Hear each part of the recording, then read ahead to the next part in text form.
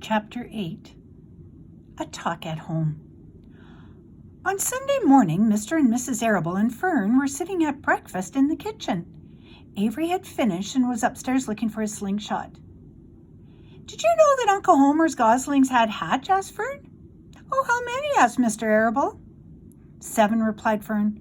"There were 8 eggs, but 1 egg didn't hatch. And the goose told Templeton she didn't want any more, so he just took it away." "The goose did what?" asked Mrs. Arable, gazing at her daughter with a queer and worried look. "Told Templeton she didn't want the egg anymore," repeated Fern. "Who's Templeton?" asked Mrs. Arable. "Oh, he's the rat," replied Fern. "None of us like him very much." "Who's us?" asked Mr. Arable. "Oh, everybody in the barn cellar. Wilbur, and the sheep, and the lambs, and the goose, and the gander, and the goslings, and Charlotte, and me." "Charlotte?" said Mrs. Arable. "Who's Charlotte?" "She's Wilbur's best friend. She's terribly clever." "What does she look like?" asked Mrs. Arable. "Well," said Fern thoughtfully, "she has 8 legs. All spiders do, I guess."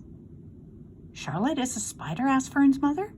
Fern nodded. "A big gray one. She has a web across the top of Wilbur's doorway. She catches flies and sucks their blood. Wilbur adores her."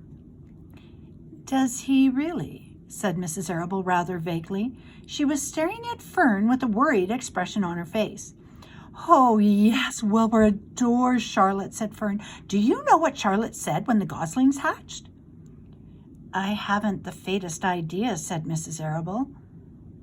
"Tell us." "Well, when the first gosling stuck its little head out from under the goose, I was sitting on my stool in the corner and Charlotte was on her web. She made a speech. She said, 'I am very sure that every one of us here in the barn cellar will be gratified to learn that after 4 weeks of unremitting effort and patience on the part of the goose, she now has something to show for it.' Do you think that was a pleasant thing for her to say?" "Oh, yes, I do," said Mrs. Arable. "And now, Fern, it's time to get ready for Sunday school. And tell Avery to get ready. And this afternoon you can tell me more about what goes on at Uncle Homer's barn. Aren't you spending quite a lot of time there? You go there almost every afternoon, don't you?" "Oh, I like it there," replied Fern. She wiped her mouth and ran upstairs. After she had left the room, Mrs. Arable spoke in a low voice to her husband. "Oh, I'm worried about Fern," she said. "Did you hear the way she rambled on about the animals, pretending that they talked?" Mr. Arable chuckled. "Maybe they do talk," he said. "I've sometimes wondered. At any rate, don't worry about Fern. She's got a lively imagination. Kids think they hear all sorts of things." "Just the same, I do worry about her," replied Mrs. Arable. "I think I shall ask Dr. Dorian about her the next time I see him.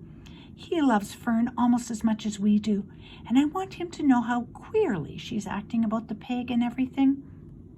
I don't think it's normal. You know perfectly well animals don't talk." Mr. Arable grinned.